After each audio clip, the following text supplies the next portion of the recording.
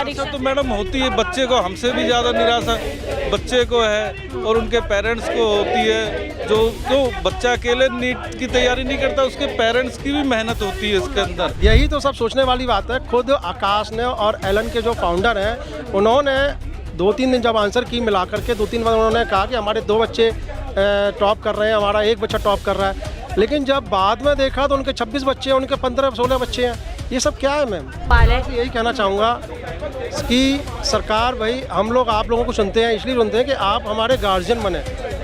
राजा का मतलब क्या है मैम? कि प्रजा की देखभाल करना। भाई एक बाप है, वो सब कुछ करता है अपने बच्चे के लिए। तो हम मोदी साहब से यही कहते हैं कि ये बच्चों का भविष्य खराब हो रहा है, बच्चे सुसाइड कर रहे हैं। कोटा में 2 बच्चों ने सुसाइड कर लिया, और भी बच्चों के दिमाग में पता नहीं क्या क्या चल रहा होगा। तो मैं आपसे यही कहूँगा, ऐसे मौके पर आप नहीं बोलेंगे तो कब बोलेंगे?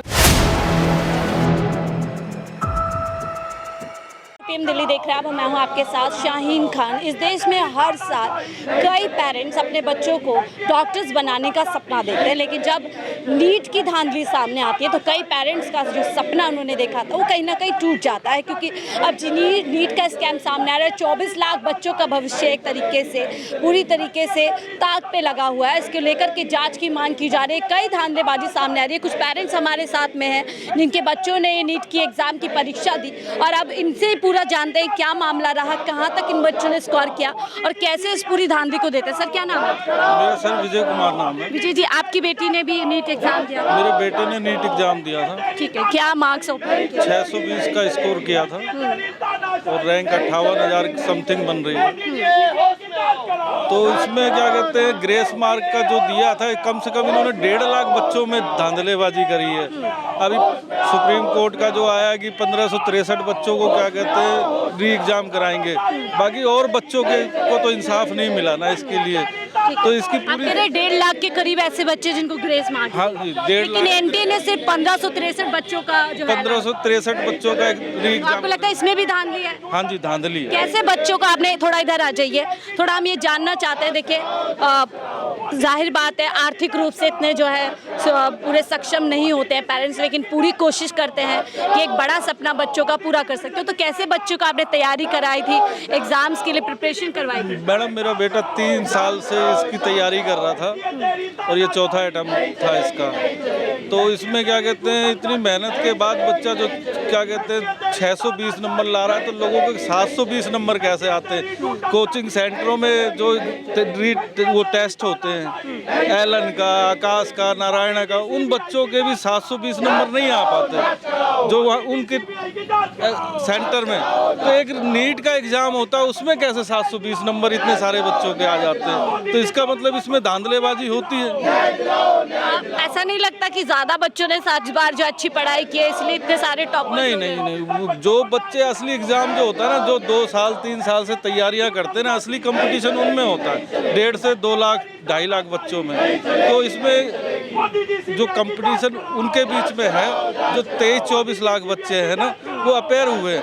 बाकी मेरा तो मानना ये है कि रीनीट होगा तो ही बच्चों को इंसाफ। निराशा है कि आपके बच्चे ने मेहनत की थी और जब फल निराशा तो मैडम होती है, बच्चे को हमसे भी ज़्यादा निराशा बच्चे को है और उनके पेरेंट्स को होती है। जो क्यों बच्चा अकेले नीट की तैयारी नहीं करता, उसके पेरेंट्स की भी मेहनत होती है इसके अंदर। सरकार अभी भी कह रही है कि कोई धांधलेबाजी नहीं हुई है, भ्रष्टाचार नहीं हुआ है। भ्रष्टाचार तो हुआ। एक चीज बताओ, पटना पुलिस FIR दर्ज करके बैठी हुई है, उसने प्रूफ किया है कि पेपर लीक पटना में हुआ है। पटना में अगर वो लीक हुआ है तो कितने बड़े, आजकल सोशल मीडिया का जमाना है, तो उसमें क्या कहते हैं कितनी दूर तक फैला है, उसकी जांच हो, उस आधार पे उसको रीनीट कराइए। आखिरी सवाल है, क्या लगता है सरकार का रवैया ठीक नहीं, जिस तरीके से लगातार यूपी से लेकर दिल्ली तक बड़ी परीक्षाओं में जो है पेपर लीक, धांधलेबाजी की समस्या सामने आ रही है? ऐसा है ना, नेशनल टेस्टिंग एजेंसी जो है ना, एक प्राइवेट संस्था है और ये गवर्नमेंट के थ्रू ही इसको, जैसे एक ठेका मिला होता है, वो चीज़ें हैं। तो इसमें गवर्नमेंट भी जिम्मेदार है कि गवर्नमेंट ने उस करप्ट एजेंसी को दिया हुआ है बच्चों का एग्ज़ाम कराने के लिए, जो कि पूरे मेरे ख्याल से इंडिया की सबसे बड़ी एजेंसी मानी जाती है, नेशनल टेस्ट एजेंसी। और उसके अंदर इतना बड़ा घपला है, तो सरकार इस बारे में क्यों नहीं जांच करती? या तो फिर सरकार भी इसमें दोषी है, जो हमारे जांच होनी चाहिए, आप कह रहे हैं बीजेपी निष्पक्ष जांच होनी चाहिए। आपका क्या नाम है सर? रविकांत। तो सर आपके बेटे या बेटी किसने एग्जाम दिया था? बेटी ने एग्ज़ाम दिया। कितने स्कोर किया?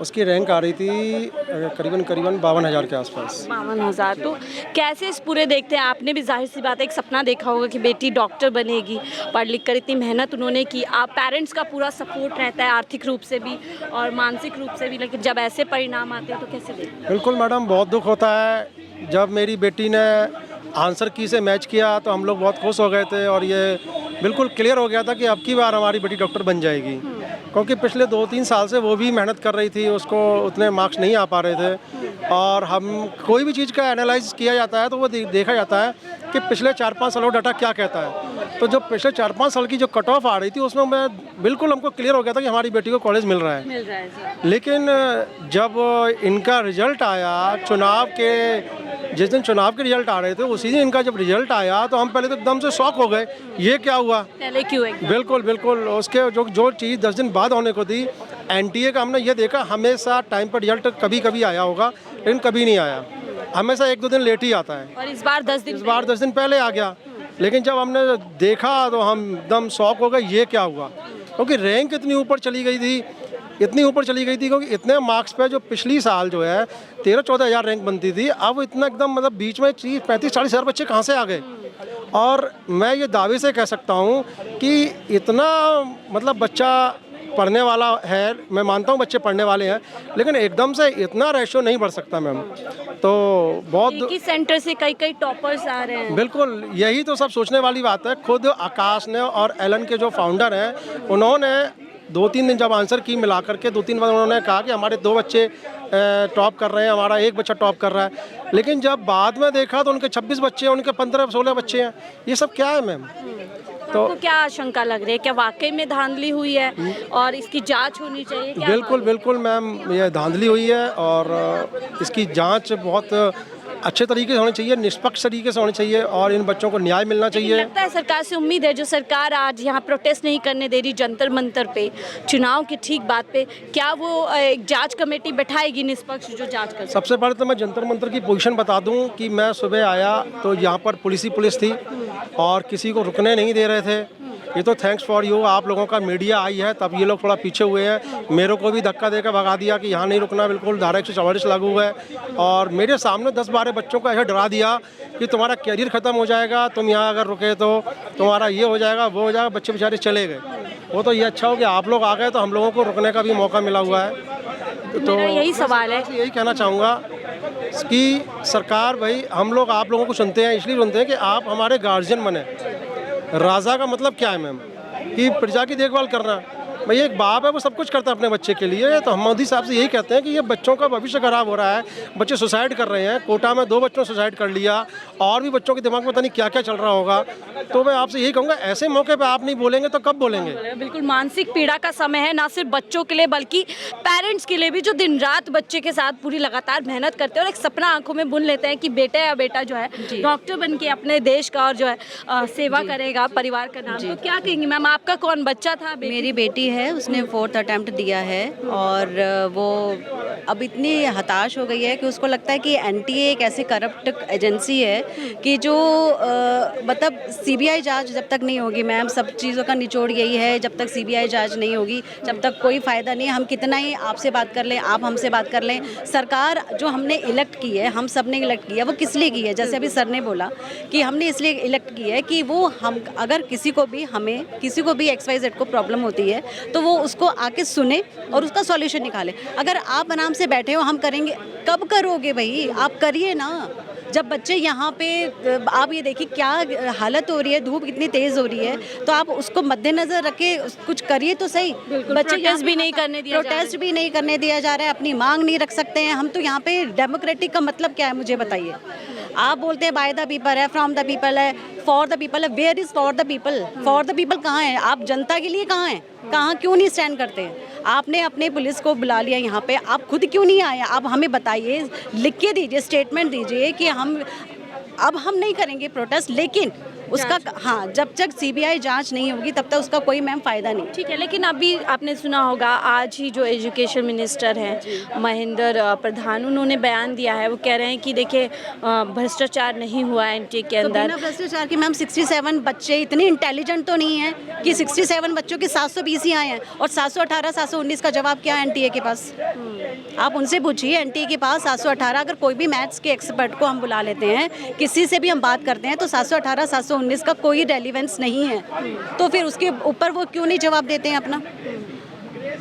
इतने सब चीज़ हो रहे हैं, आंखों से दिख रहा है। इधर तो मुझे लगता है या तो डीफ एंड डम है, आप सुन नहीं सकते हैं, आप अंडरस्टैंड नहीं कर सकते हैं। इतने बड़े ओहदे पे आप बैठे हैं, लेकिन उसके बावजूद भी आप ये इन बच्चों का आप 15,000 करोड़ लोगों को ज़िंदगी के मौत के हाथ उतार रहे हैं, तो आपकी कोई रिस्पॉन्सिबिलिटी नहीं बनती है? आप मुझे बताइए क्या रिस्पॉन्सिबिलिटी है आपकी? उन्होंने जांच कमेटी गठन करने की बात की है, लेकिन एनटीए ही मैं अगर चोर हूँ तो मैं अपने ही भाई को जिनके कि भैया तुम चुन लो, हमें मत चुनना, क्योंकि हमें पता है तुम भी चोर हो हम भी चोर है, चोर चोर मुसेरे भाई। तो यार ये क्या तरीका है? आप सीबीआई, जब हम बोल रहे हैं सीबीआई चाहिए, तो आपको सीबीआई पे भी भरोसा नहीं है क्या? आप सीबीआई जांच करवाइए ना, क्यों नहीं करवाते हैं? आप करवाइए, तब हम भी सेटिस्फाइड होंगे और आप भी सेटिस्फाइड होंगे। तो बिल्कुल देखिए, बहुत बहुत शुक्रिया हमसे जुड़ने के लिए। यही बात लगातार बच्चे और पेरेंट्स यहाँ पर कह रहे हैं कि अगर इनको लगता है कि कुछ फ्रॉड हुआ है, कुछ स्कैम हुआ है, तो उसकी जांच क्यों नहीं हो जाती है। मैं मैडम आपके टीवी चैनल के माध्यम से सिर्फ इतना कहना चाहता हूँ, बच्चों, एनसीआर के बच्चे यहाँ आ जाओ, प्लीज़ प्लीज़ प्लीज़, एनसीआर के बच्चों आप लोग यहाँ आ जाओ, क्योंकि आपकी ज़िंदगी के लिए ये सब हो रहा है। और आप लोग अगर यहाँ आ जाएंगे तो मैं दावे से कह रहा हूँ सरकार को, एनटीए को झुकना पड़ेगा और माननीय सुप्रीम कोर्ट भी हमारे बारे में सोचेगा। Thank you. यानी कि लगातार ये लोग जो है अपील कर रहे हैं, क्योंकि देखिए कम संख्या में अभी यहाँ लोग पहुँचे हैं, और पहुँचे थे उनको पुलिस ने डिटेन कर लिया गया है, लगातार इनको रोका जा रहा है। तो ऐसे में अगर यहाँ पर ज़्यादा, क्योंकि 24 लाख बच्चों के भविष्य की बात की जा रही है, तो अगर किसी बच्चे को भी ऐसा फील होता है कि हाँ उसके भविष्य के साथ खिलवाड़ किया गया है, तो वो लोग यहाँ पर ज़्यादा से ज़्यादा संख्या में पहुँचे ताकि प्रोटेस्ट को मजबूत किया जा सके। फिलहाल के लिए मुझे दीजिए इजाज़त, आप देख रहे थे 4 PM दिल्ली।